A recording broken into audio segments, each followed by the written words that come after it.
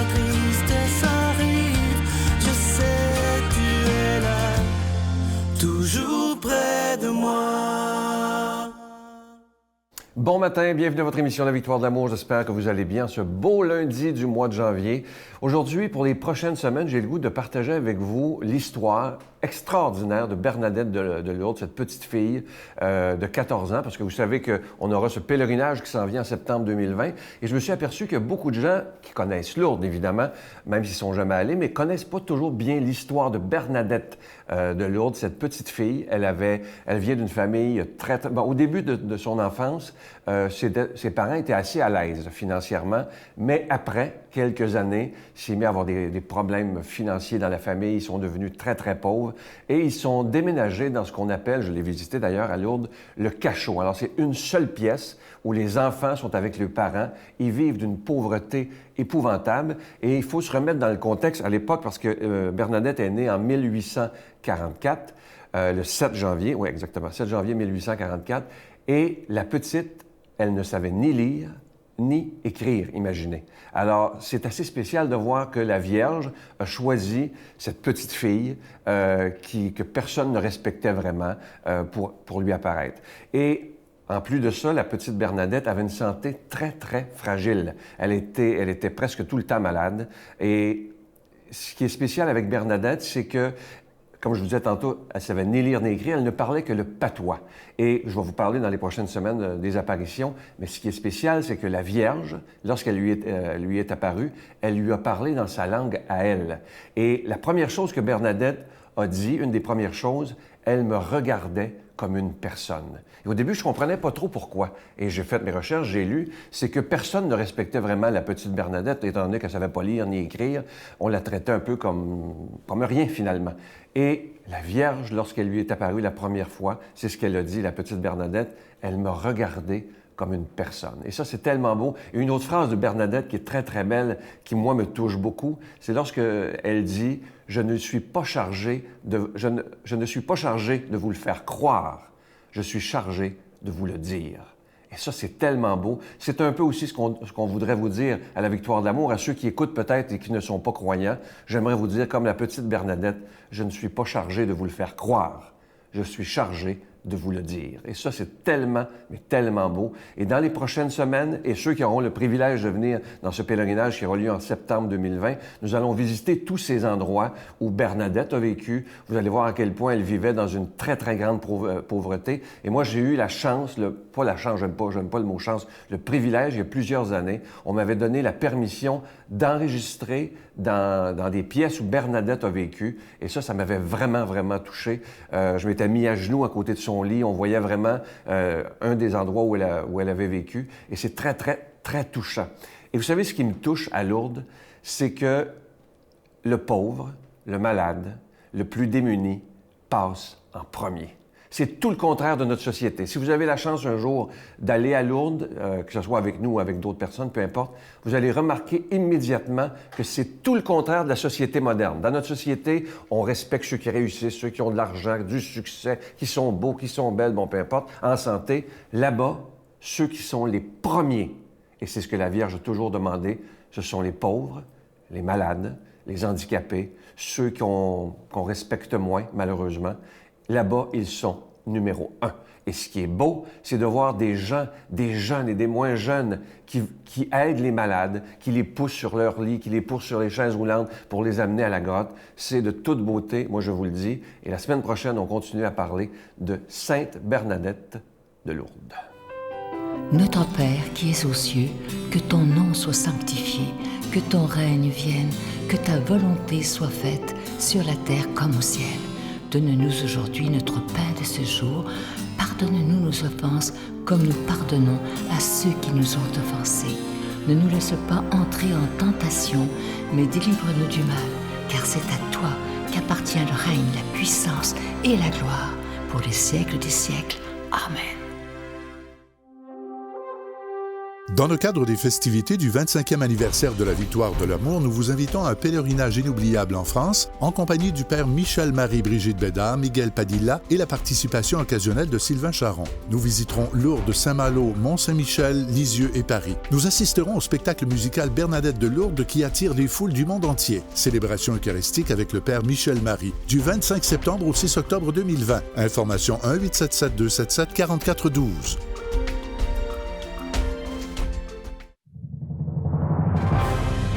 En compagnie du père Michel-Marie, Marcia Pilote, Sœur Angèle, Éloi Gillard, Stéphane Roy, Brigitte Bédard et Sylvain Charon. En chanson, Mélissa Bédard, Jean-Pierre Fumanti, Jessica Poulain et Miguel Padilla. Et un mini-spectacle de l'unique Natacha Saint-Pierre et Grégory Turpin.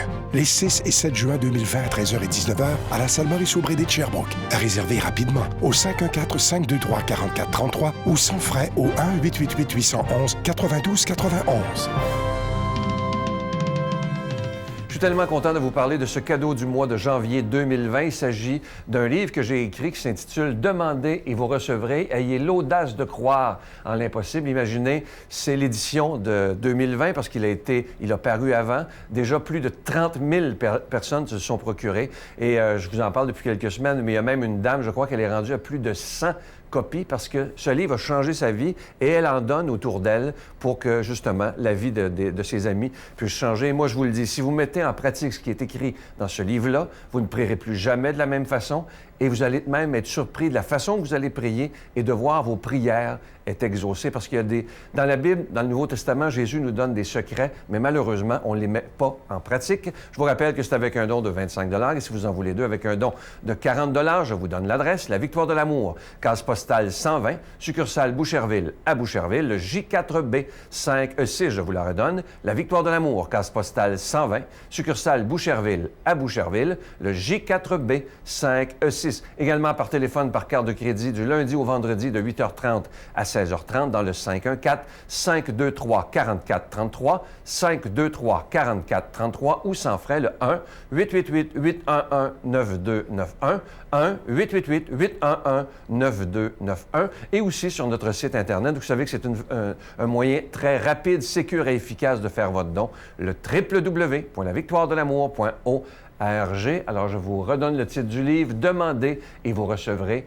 Ayez l'audace de croire en l'impossible ». Je vous remercie de tout mon cœur de votre générosité.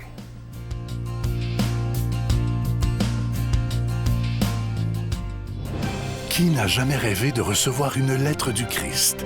Eh bien, la voici, le tout nouveau livre du père Michel-Marie, D'un amour brûlant aux éditions Artege.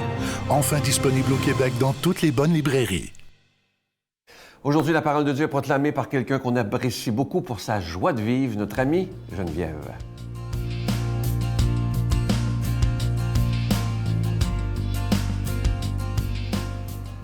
Comme les disciples de Jean le Baptiste et les pharisiens jeûnaient, on vient demander à Jésus pourquoi, alors que les disciples de Jean et les disciples des pharisiens jeûnent, tes disciples ne jeûnent-ils pas? Jésus leur dit: les invités de la noce pourraient-ils jeûner pendant que l'époux est avec eux? Tant qu'ils ont l'époux avec eux, ils ne peuvent pas jeûner, mais des jours viendront où l'époux leur sera enlevé. Alors, ce jour-là, ils jeûneront. Personne ne raccommode un vieux vêtement avec une pièce d'étoffe neuve. Autrement, le morceau neuf ajouté tire sur le vieux tissu et la déchirure s'agrandit.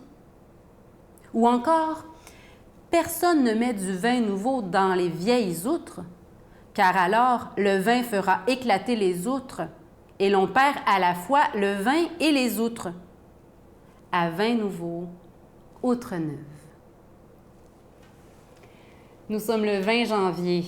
Alors, nos résolutions de 2020, comment ça va? On est encore peut-être tout juste de retour au travail ou alors encore dans tous les bons souvenirs des rencontres qu'on a vécues. Il y a peut-être même encore des restants de certaines fêtes qu'on a vécues.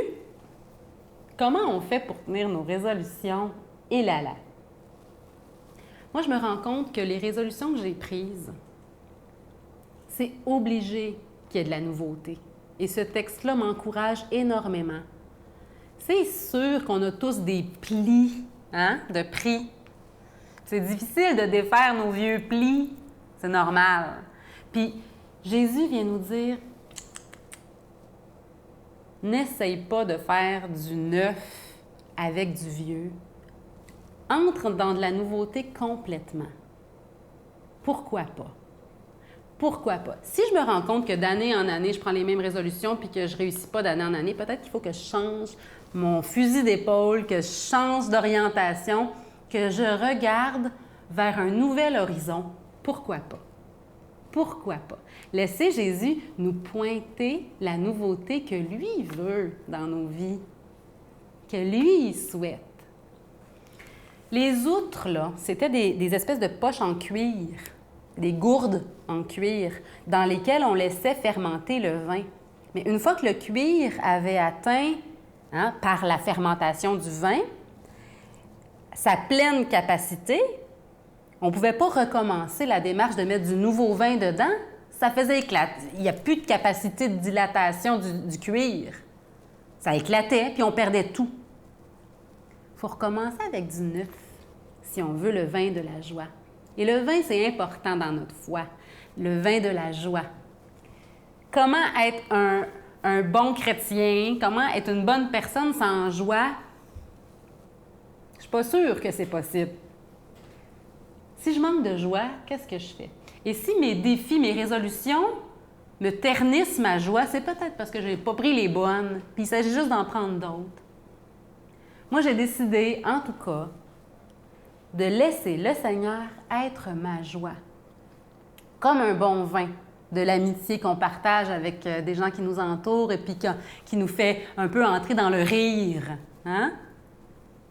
Ça nous fait rire des fois de prendre un petit verre.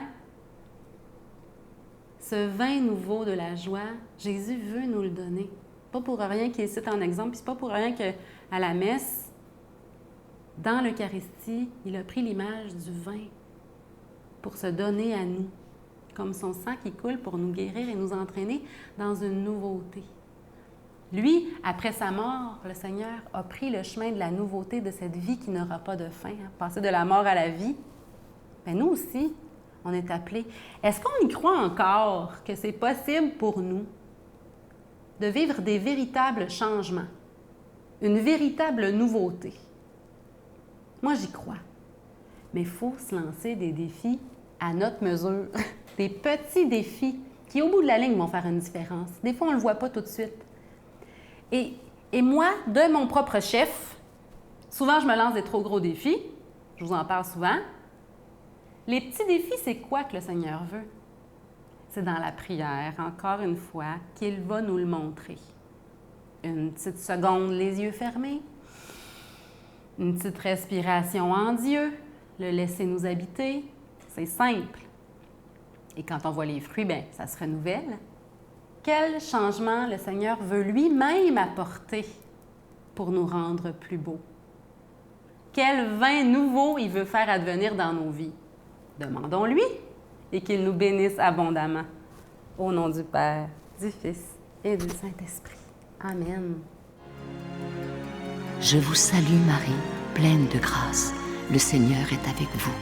Vous êtes bénie entre toutes les femmes, et Jésus, le fruit de vos entrailles, est béni. Sainte Marie, Mère de Dieu, priez pour nous pauvres pécheurs, maintenant et à l'heure de notre mort. Amen.